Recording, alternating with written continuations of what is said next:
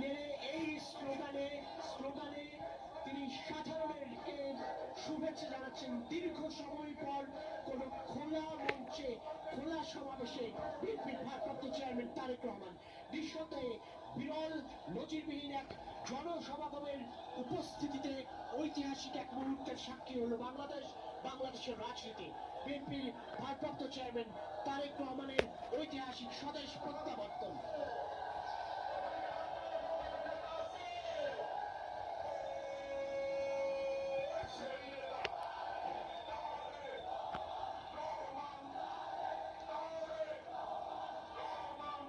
তারেক রহমান তার সেই পরিচিত সাদা শার্ট পরিহিত অবস্থাতেই আসলে আসলেন এখানটায়।